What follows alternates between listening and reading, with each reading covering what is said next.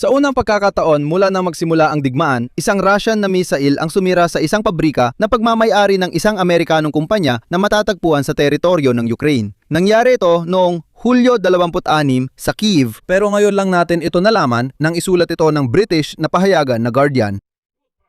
At makalipas ang ilang araw, na yung araw ay biglang naghayag si Amerikanong Pangulo Donald Trump na hanggang ngayon ay hindi pa siya nakakapagdesisyon kung bibigyan ba ng lisensya ang Ukraine para gumawa ng mga misail para sa mga sistemang Patriot. At ito ngayon ang tanong, nagawa nga kaya ni Vladimir Putin na takutin si Donald Trump sa pamamagitan ng pag-atake sa Amerikanong pabrika sa Kyiv? Kasabay nito, iniulat ni Vladimir Zelensky na sa unang pagkakataon sa loob ng halos isang taon, muling umatake ang Russia sa Ukraine gamit ang North Korean ballistic missile at isang buong pamilya ang nasawi. Samantala, sa mismong Russia, patuloy pa ring nasusunog ang mga bodega at pabrika. Sa pagkakataong ito, muling tinarget ng puwersa ng depensa ng Ukraine ang mga oil refinery at mga bodega ng wild berries. Ngunit may mga palatandaan na rin na umaabot na ang puwersa ng depensa ng Ukraine hanggang sa ozone. Samantala, inihahanda na ng mga otoridad ng Moscow region ang infrastruktura ng mga serbisyong pampubliko para sa posibleng martial law at mobilisasyon. Sa kabuuan, talakayin natin sa episode na ito ang mga pinakahuling kaganapan ayon sa pagkakasunod-sunod. Ako si Alexei Petchi. Talakayin natin ang mga paksang ito, pero bago magsimula, paki-subscribe sa YouTube channel ko. Malapit na tayong umabot sa 300,000 subscribers. Maraming salamat sa lahat na magsusubscribe. Kaya, magsisimula ako sa pag-atake ng Russia sa isang Amerikanong pabrika. Ayon sa Guardian, noong Hulyo 26, isang ballistic missile ng Russia ang sumira sa gusali ng produksyon ng kumpanyang Terminal Autonomy na nakarehistro sa Estados Unidos ng Amerika. Isang kumpanya na gumagawa ng mga attack drone na may mga guidance system na based sa artificial intelligence na hindi ganong tinatabla ng electronic warfare ng Russia. Sa kumpanya, ayon sa ulat, hanggang 1,000 iba't ibang uri ng drone ang binubuo bawat buwan. Kabilang dito ang mga attack drone na AQ-400 Skyte, AQ-100 Bayonet at reconnaissance drone na RQ-100 Scout. Ayon sa website ng kumpanya, gumagawa sila ng quote, mga loitering munition na may artificial intelligence at mga high precision munition na aktibong ginagamit laban sa mga target ng kalaban sa frontline. Tinawag ito ng Guardian bilang unang kilalang pagkakataon. Ito ang unang insidente sa buong panahon ng malawakang digmaan kung saan ang isang pag-atake ng Russia ay sumira ng ari-arian ng isang kumpanyang Amerikano. At ito ang kapansin-pansin. Ang sariling ulat ng Russian Ministry of Defense noong Hulyo 26 ay nagulat din ng pag-atake sa quote, isang pasilidad para sa pag-assemble at pag-iimbak ng mga drone sa Timog Kanlurang Kyiv. Hindi binanggit ang pangalan ng kumpanya noon. Ibig sabihin, mismong mga Ruso ang nagkumpirma ng pag-atake sa pasilidad. Ibinahagi ng Guardian ang sinabi ng dating mataas na opisyal ng American Intelligence na si Anthony Vinci. Wala nang pakialam ang mga Ruso kung sino ang may-ari ng pasilidad ng produksyon. Target pa rin ito. Dito, nagbigay ng mahalagang paglilinaw ang Guardian. Mahalaga ang pag-atake kaugnay ng plano ng US na payagan ang Ukraine gumawa ng mga Amerikanong armas, lalo na ang Patriot Interceptor missiles. Ayon sa mga eksperto, kung ilalagay ang ganitong produksyon sa Ukraine, maaaring subukan ng Russia na atakihin din ito. At malinaw na ang Kremlin ay sinusubukang magpadala ng ganitong mensahe sa Washington. Kung magtatayo ng pabrika ng Patriot missile sa Ukraine, aatakihin nila ito. Sa kabilang banda, isa rin itong pagsubok kung paano eksaktong tutugon si Donald Trump sa katotohanang tinatamaan ng mga Ruso ang ari-arian ng Amerika, na tipong, ipagtatanggol ba niya ang mga soberanong interes ng Amerika o hindi? Sa kasamaang palad, mukhang umatras si Donald Trump. Tingnan kung paano ito konektado sa pangalawang pangyayari ngayon. Noong Hulyo sa NATO Summit sa Ankara, sinabi ni Donald Trump na handa ang US bigyan ng karapatan ang Ukraine na mag-produce ng sariling missile para sa Patriot systems. Pagkatapos, inanunsyo ni Zelensky ang bagong tulong na may mga bala para sa mga sistemang ito. Sa pagbisita ng delegasyon ng Ukraine sa Washington ngayong linggo, muling tinalakay ni Zelensky at Trump ang usapin ng pagbibigay ng lisensya para sa paggawa ng mga missile ng Patriot. Nagpahiwatig si Zelensky na umuusad ng magkabilang panig at malapit nang maresolba ang issue. Agad kong sasabihin, oo, may mga usap-usapan na tumanggi ang kumpanyang Boeing na ipasa ang teknolohiya ng self-guidance ng mga missile na ito. Pero dapat tandaan na hindi ibinigay ng kumpanyang Boeing ang lisensyang ito kahit sa Japan o Germany na may lisensya para gumawa ng mga missile. Ibig sabihin, ulitin ko, pinayagan ng mga Amerikano ang Germany at Japan na bumuo ng missile. Pero malinaw na sinabi ng Boeing na hindi nila kailanman ipapasa ang lisensya para sa paggawa ng guidance system ng mga missile kaninuman. Kahit nagsimula na mag-assemble ng missile ang Hapon, tumatanggap pa rin sila mula sa Boeing. Ang guidance system ay ini-integrate nila mismo sa missile na sila rin ang nag-a-assemble. Ibig sabihin, hindi lang Ukraine ang hindi binibigyan ng Boeing ng lisensya, kundi wala talaga silang binibigyan. At nayon makalipas lang ang ilang araw, ilang araw lang matapos ang direktang pag-atake ng mga Ruso sa Amerikanong pabrika sa Kyiv. Sinabi ni Trump sa isang panayam sa Financial Times ang mga sumusunod. Wala pang desisyon tungkol sa lisensya para sa paggawa ng mga Patriot missile para sa Ukraine. Pero sinabi rin niya na hindi pa siya sigurado kung ibibigay ba niya ang lisensyang ito o hindi. Heto ang kanyang sinabi. Alam mo, napakadikaraniwan ng sandatang ito kaya dapat tayong mag-ingat kung kanino ibinibigay ang lisensya. Sa totoo lang, hindi namin nililisensyahan ng kagamitan. Pinag-aaralan pa namin ito.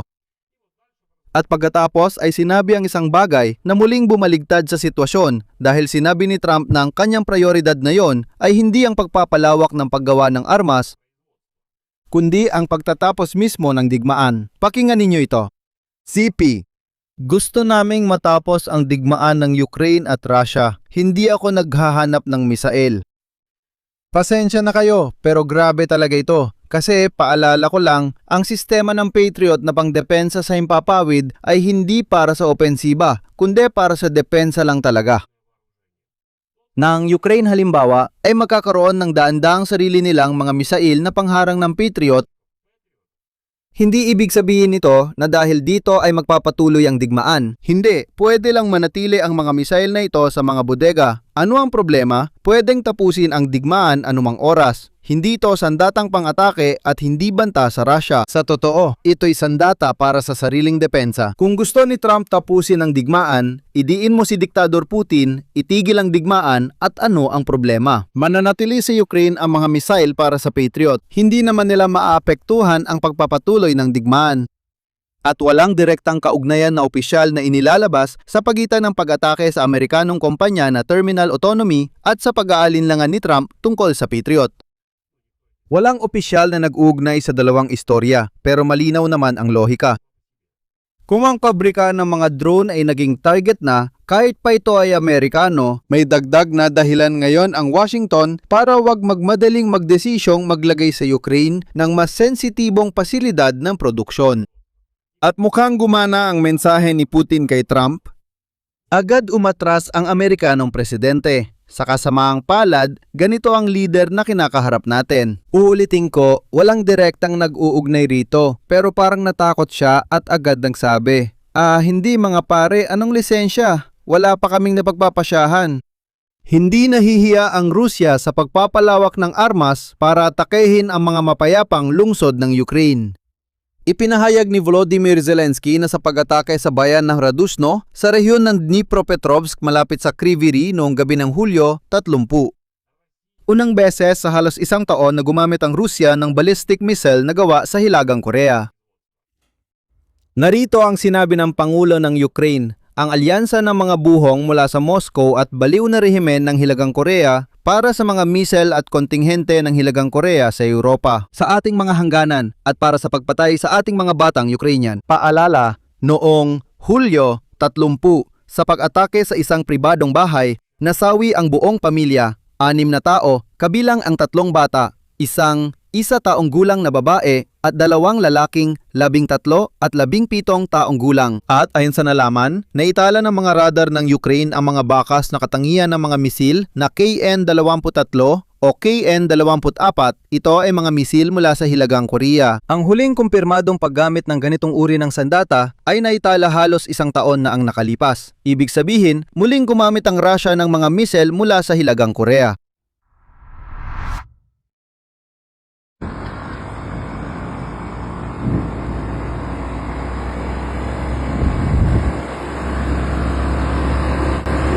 Nakakatakot ang sitwasyon. Ako.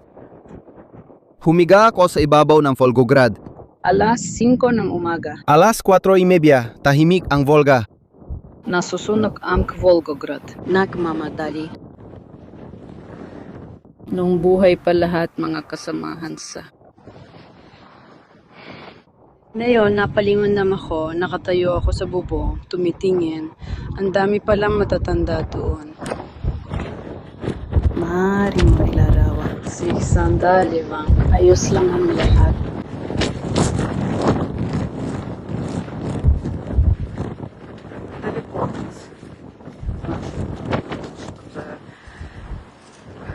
Pagtanggap. Malaki rin talaga ang puso. Sobra. Ngayon dito, sige, ayos lang.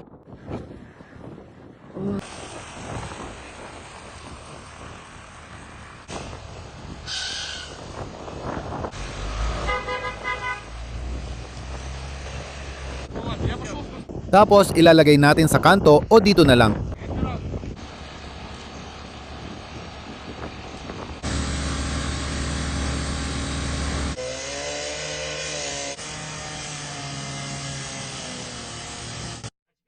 Ngayon, kaugnay sa mga kaganapan sa loob ng Rusya, patuloy ang Ukraine sa pag-atake sa lohistika at pagpipino ng langis.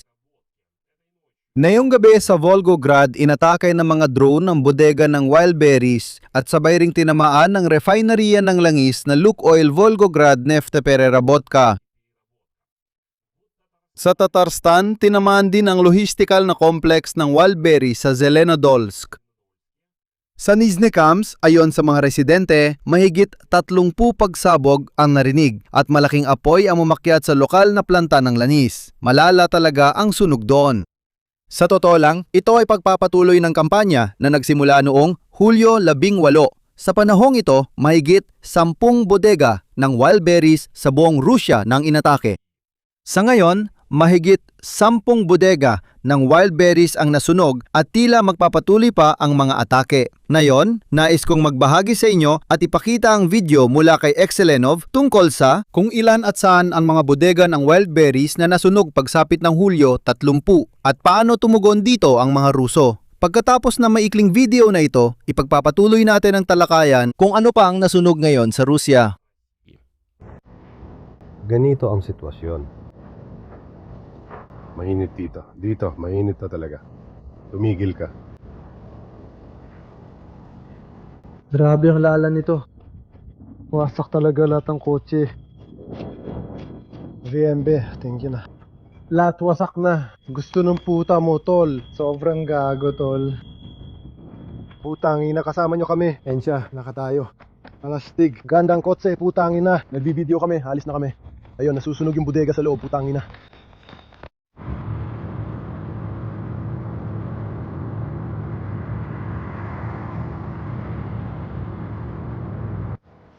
Ito ang nangyayari sa bodega ng Wildberries sa Krasnodar. Lahat nasusunog. Alam hindi magandang sitwasyon dito.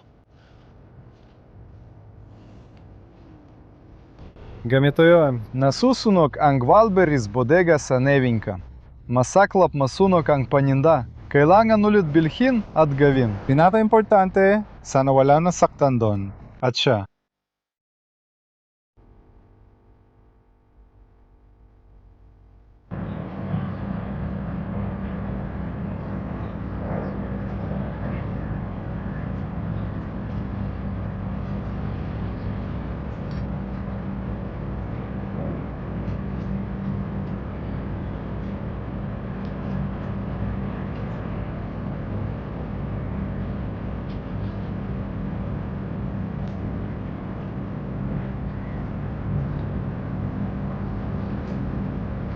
Isinabay ang mga subtitle ni Simon.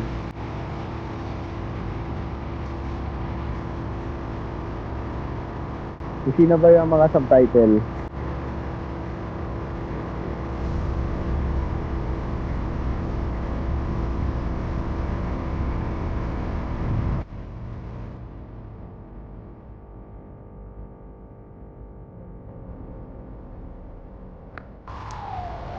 Mga subtitle ni Simon Dinala na ang padala, hindi na kami mapapadala pa. Sumuha po sa technical support. Sabi ng technical support, kailangan ninyo magpadala, kung hindi ay mamumulta kayo. Saan kayo ito ipapadala? Ihagis ko na lang ba sa abo? Abo? Malinaw! Mga subtitle ngayon, naandaan ko siyang tinuturuan. Ipadala. Yung sambista sa isang panig, parang tunog ni Rasalin. ng magandang babae.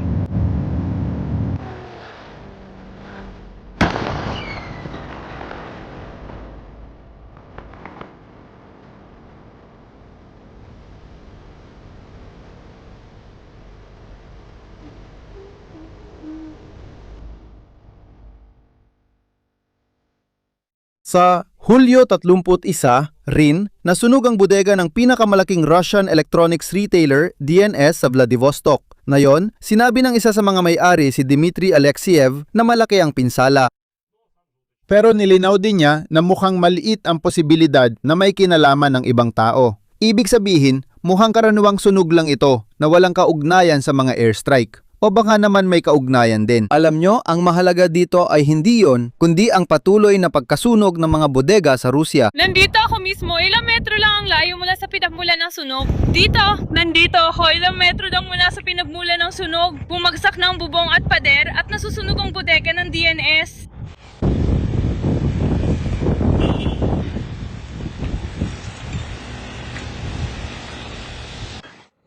Patuloy pa rin ang trabaho susunod sa bodega ng DNS at kitang-kita sa likod ko ang apoy sa loob. Nadagdagan na rin ang mga kagamitan sa 10 at mahigit 40 katao ang kasali sa pag-apula ng sunog. Walang hangin dito, hindi talaga makahinga. Tingnan nyo kung gaano kakapal ang usok.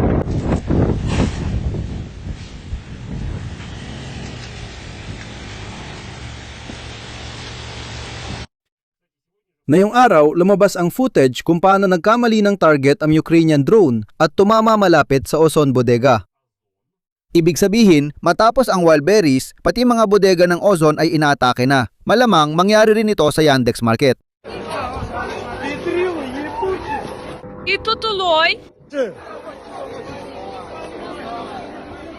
Pansin, mag-focus. Putang ina. Tarantadong. Gago.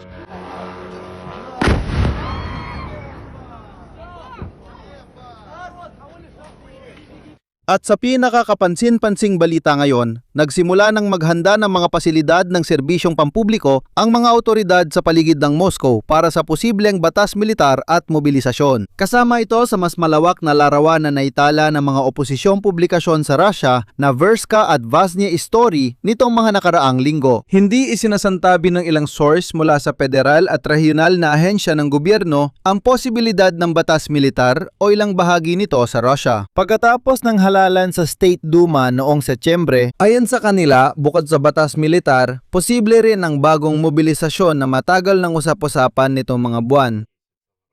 At pati na rin ang paghihigpit ng batas sa palitan ng salapi at pagbabawal sa paglabas ng bansa para sa ilang kategorya ng mga mamamayan. Ngayon, binigyang diin ng Amerikanong institusyon para sa pag-aaral ng digmaan ang mga pagbabagong nagpapalawak ng tungkulin ng Rosguardia. Ngayon, kasama na rito ang direktang isinama ang paghahanda para sa proteksyon laban sa mga panganib na lumilitaw ayon sa CP sa panahon ng mobilisasyon, batas militar o panahon ng digmaan. Ang konklusyon dito ay, isa, ang kahandaan ng Estados Unidos na palakasin ang Ukrainian air defense gamit ang teknolohiya ay kasabay ng direktang patunay na nananatili pa ring vulnerable ang mga pasilidad ng produksyon sa Ukraine kahit saan galing ang kapital, kaya nahihirapan ang Washington magdesisyon tungkol sa Patriot. Dalawa, ang paggamit ng North Korean ballistic missiles ay nagpapakitang hindi lang mga bala ng artilyera at tauhan mula Pyongyang ang tinatanggap ng Russia, direkta ring ginagamit ang kanilang mga raketa sa aktwal na labanan laban sa mga sibilyang lungsod sa Ukraine. At pangatlo, habang sistematikong pinupuntirya ng Ukraine ang lohistika at pagpino ng langis ng Russia, ang Russia mismo ay naghahanda hindi para sa de-escalation kundi sa kabaligtaran. Sa batas militar at panibagong mobilisasyon na nagpapakita na ang Kremlin ay inaasahan ang isang matagalang digmaan, hindi sa agarang negosasyon. Dito ko tatapusin, ilagay ang opinyon at konklusyon sa comments, mag-subscribe, pindutin ang kampanilya at huwag kalimutang mag-like. Iyan lang, ingatan ninyo ang inyong sarili. Paalam sa lahat!